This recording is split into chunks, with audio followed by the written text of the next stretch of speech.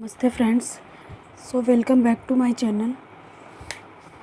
कैसे हो आप सब? आई होप आप सब लोग बहुत अच्छे होंगे। तो आज का हमारा टॉपिक है संविधान। कौन सा टॉपिक है? संविधान, भारत का संविधान। तो ये जो है टॉपिक है भारत का संविधान, ये हमारी सारी एग्ज़ाम में इससे क्वेश्चन आते हैं और ये बहुत इम्पोर्टेंट टॉपिक है और आई होप आपको ये समझ में आएगा। तो मैं आज भारत के संविधान के बारे में बात करने जा रही हूँ, तो प्लीज़ अच्छे से सुनना। सबसे पहले कि संविधान को अंग्रेजी में क्या कहा जाता है? तो क्या कहते हैं? कॉन्स्टिट्यूशन। क्या बोलते हैं? कॉन्स्टिट्यूशन। कॉन्स्टिट्यूशन शब्द का हिंदी रूपांतरण संविधान होता है। ठीक है। कॉन्स्टिट्यूशन शब्द की उत्पत्ति किससे हुई है? लैटिन शब्द से। किससे हुई है? लैटिन शब्द से। कॉन्स्टिट्यूटर शब्द से हुई है कॉन्स्टिट्यूशन शब्द की उत्पत्ति। ठीक है। तो सबसे पहले क्वेश्चन यही बनता है कि भारत जो संविधान की उत्पत्ति कौन सी भाषा से हुई है? लैटिन भाषा से। लैटिन भाषा से हुई है, कॉन्स्टिट्यूशन से। ठीक है। जिसका मतलब क्या होता है? कॉन्स्टिट्यूशन का बनावट। क्या होता है? बनावट। फिर सबसे पहले हम ये देखेंगे कि किसी भी देश की शासन व्यवस्था को संचालित करने के लिए किसकी आवश्यकता होती है? हमें एक संविधान की आवश्यकता होती है। ठीक है। तो किसी भी देश की शासन व्यवस्था को संचालित करने के लिए एक संविधान की आवश्यकता होती है। फिर इसके बाद है कि संविधान सभा की सर्वप्रथम अप्रत्यक्ष मांग कब हुई थी? तो संविधान सभा की सर्वप्रथम अप्रत्यक्ष मांग 1885 में हुई थी। कब हुई थी? 1895 में। 1895 में हुई थी। तथा स्वराज्य के माध्यम से लोकमान्य बाल गंगाधर तिलक ने की थी। किसने की थी?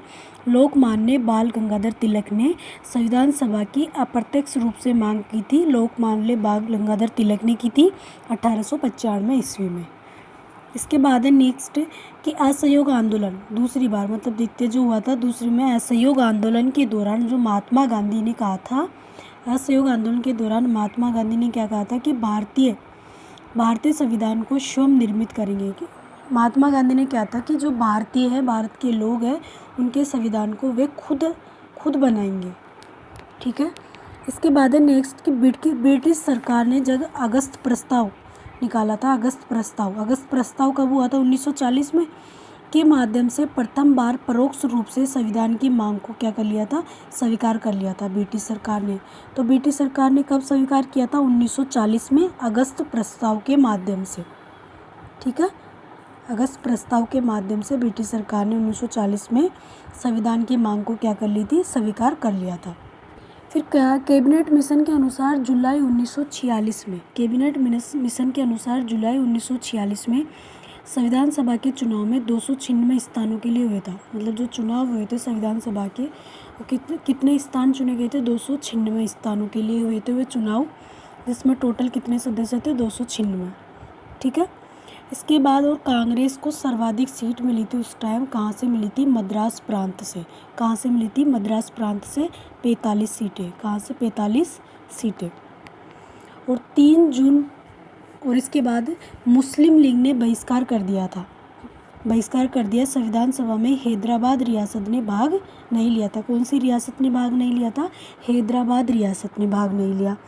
फिर उसके बाद है कि 3 जून 1947 को माउंटबेटन योजना के अनुसार देश का विभाजन के उपरांत भारतीय संविधान सभा की कुल सदस्य संख्या कितनी थी? 324 रह गई थी।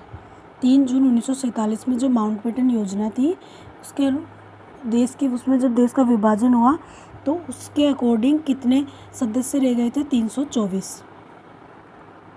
इसके बाद अब अपन इम्पोर्टेंट तथ्यों के बारे में बात करते हैं संविधान के, कि संविधान में कुल कितना टाइम लगा था? तो 2 वर्ष 11 माह और 18 दिन लगे थे। 2 वर्ष 11 माह और 18 दिन लगे थे। फिर इसके में टोटल खर्चा कितना हुआ था संविधान बनने में? तो टोटल खर्च हुआ था 65 लाख रुपए। कितने लगे थे? 65 लाख रुपए लगे थे लगभग। और कितने सम्मेलन हुए थे? टोटल 11 सम्मेलन। कितने? 11 सम्मेलन। फिर एक कथन था, एक इम्पोर्टेंट कथन है, संविधान को वकीलों का स्वर्ग कहा है। संविधान को वकीलों का स्वर्ग किसने कहा है? आइवर जेनिंग्स ने संविधान को वकीलों का स्वर्ग कहा है। आइवर जेनिंग्स ने। ठीक है। इम्पोर्टेंट है ये लाइन। आइवर जेनिंग्स ने संविधान को वकीलों का स्वर्ग कहा है। फिर दूसरा है कि इसकी प्रथम बैठक कब हुई थी? संविधान की जो निर्माण की जो प्रक्रिया है उसके लिए प्रथम बैठक कब हुई थी? तो 9 दिसंबर 1946 को। कब हुई थी? 9 दिसंबर 1946 को हुई थी। फिर इसके बाद है अंतिम बैठक कब हुई थी? तो इसकी अंतिम बैठक हुई थी 14 अगस्त 1947 को। 14 अगस्त 1947 को हुई अंतिम बैठक। फिर नेक्स्ट है कि प्रथम बैठक हुई थी इसकी 9 दिसंबर 1946 को। तो इसमें अस्थायी अध्यक्ष किसको बनाया गया था? अस्थायी अध्यक्ष तो किसको बनाया था? डॉक्टर सच्चिदानंद सिन्हा को बनाया गया था। ठीक है, किसको बनाया? डॉक्टर सच्चिदानंद सिन्हा को बनाया 9 दिसंबर 1946 को जो प्रथम बैठक हुई थी उसमें अस्थायी अध्यक्ष। तो कई बार ये संविधान सभा का अस्थायी अध्यक्ष कौन है? डॉक्टर सच्चिदानंद सिन्हा। फिर 11 दिसंबर को हुई, जब 11 दिसंबर 1946 को डॉक्टर राजेंद्र प्रसाद को क्या बनाया गया? स्थायी अध्यक्ष चुना गया। तो संविधान सभा का स्थायी अध्यक्ष कौन हो गए? डॉक्टर राजेंद्र प्रसाद। डॉक्टर राजेंद्र प्रसाद। ठीक है, इसके बाद है नेक्स्ट 13 दिसंबर 1946। 13 दिसंबर 1946 को जवाहरलाल नेहरू को मतलब, ठीक है, तो जवाहरलाल नेहरू को संघ व प्रांतीय समिति का अध्यक्ष बनाया, केंद्रीय अधिकारिता समिति का अध्यक्ष बनाया गया। ठीक है, केंद्रीय अधिकारिता समिति और संघ व प्रांतीय समिति का अध्यक्ष किसको बनाया गया? जवाहरलाल नेहरू को। इसके बाद है कि उद्देश्य प्रस्ताव किसने रखा? 13 दिसंबर 1946 को उद्देश्य प्रस्ताव पंडित जवाहरलाल नेहरू ने रखा। इसके बाद है कि प्रस्तावना को संविधान की आत्मा किसने कहा? जवाहरलाल नेहरू ने। ठीक है, तो जवाहरलाल नेहरू से रिलेटेड कौन कौन से हो गए? प्रस्तावना को संविधान की आत्मा का उद्देश्य प्रस्ताव रखा 13 दिसंबर 1946 को, और संघ व प्रांतीय समिति के अध्यक्ष भी यही है, और केंद्रीय अधिकारिता समिति के अध्यक्ष भी यही है। इसके बाद है नेक्स्ट, और संविधान सभा को बनाने के लिए मतलब 13 समितियां बनाई गई थी। कितनी समितियां बनाई थी? 13, जिसमें जो मेन जैसे प्रारूप समिति, सबसे पहले है कि प्रारूप समिति। तो प्रारूप समिति का अध्यक्ष कौन है? डॉक्टर भीमराव अंबेडकर। कौन है? डॉक्टर भीमराव अंबेडकर। तो प्रारूप समिति की प्रथम बैठक कब हुई थी? 30 अगस्त 1947 को हुई थी।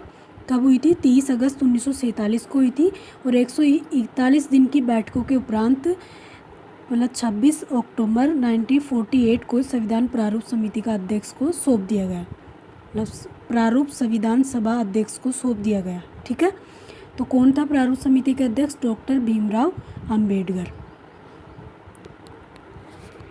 इसके बाद है नेक्स्ट, जैसे संवैधानिक सलाहकार, तो संवैधानिक सलाहकार कौन थे? BN राव। कौन थे? BN राव। फिर है मूल अधिकार समिति के अध्यक्ष कौन थे? सरदार वल्लभ भाई पटेल। इसके बाद है झंडा समिति के अध्यक्ष कौन है? JB कृपलानी। कौन हो गए? JB कृपलानी। ठीक है, फिर है परामर्शदाता समिति के अध्यक्ष कौन है? सरदार वल्लभ भाई पटेल। फिर नेक्स्ट अपन बात करते हैं, और 24 जनवरी 1950 को 284 सदस्यों ने इस पर हस्ताक्षर कर दिए थे संविधान के प्रारूप पर। ठीक है, और 26 जनवरी 1950 को संविधान लागू हुआ, जिसे गणतंत्र दिवस के रूप में मनाया जाता है। कब हुआ था? 26 जनवरी 1950 को लागू हुआ, और इसे किसके रूप में मनाते हैं? गणतंत्र दिवस के रूप में। फिर है गणतंत्र शब्द। अब ये गणतंत्र शब्द कहाँ से आया? तो गणतंत्र शब्द कहाँ से आया? फ्रांस से। कहाँ से आया? फ्रांस से लिया गया, तथा राष्ट्रपति की ओर से इंगित करता है। कौन इंगित करते हैं? राष्ट्रपति की ओर से। फिर है 26 जनवरी 1930 को प्रथम बार स्वाधीनता दिवस मनाया गया था। कब मनाया गया था? 26 जनवरी 1930 को सबसे पहले स्वाधीनता दिवस मनाया गया था। इसके बाद है नेक्स्ट, फिर है कि 26 नवंबर 1949 को मतलब इसमें एक लाइन है कि जैसे इस संविधान को आज दिनांक 26 नवंबर 1949 को, ठीक है, 26 नवंबर 1949 को मार्ग शुक्ल सप्तमी स्वतः 2006 विक्रमी को अंगीकृत, अधिनियमित और आतंत्रित करते हैं। इसके बाद नेक्स्ट 42वें संविधान संशोधन 1976। 42वें संविधान संशोधन 1976 के द्वारा प्रस्तावना, जो संविधान की जो प्रस्तावना बनाई गई थी उसमें समाजवाद, पंथ निरपेक्ष और अखंडता। समाजवादी, पंथ निरपेक्ष और अखंडता शब्द जोड़े गए थे 42वें संविधान संशोधन 1976 के तहत। और संविधान सभा में कितने भाग है टोटल? कितने हैं? 22 भाग। कितने? 22 भाग है। और अनुच्छेद कितने हैं संविधान में? 395 अनुच्छेद है। कितने हैं? 395, 395। फिर नेक्स्ट है कि अनुसूचियाँ कितनी हैं? तो कितनी अनुसूचियों में बांटा गया है? 12 अनुसूचियों में। पहले 8 थी, अब 12 अनुसूचियाँ हो गई।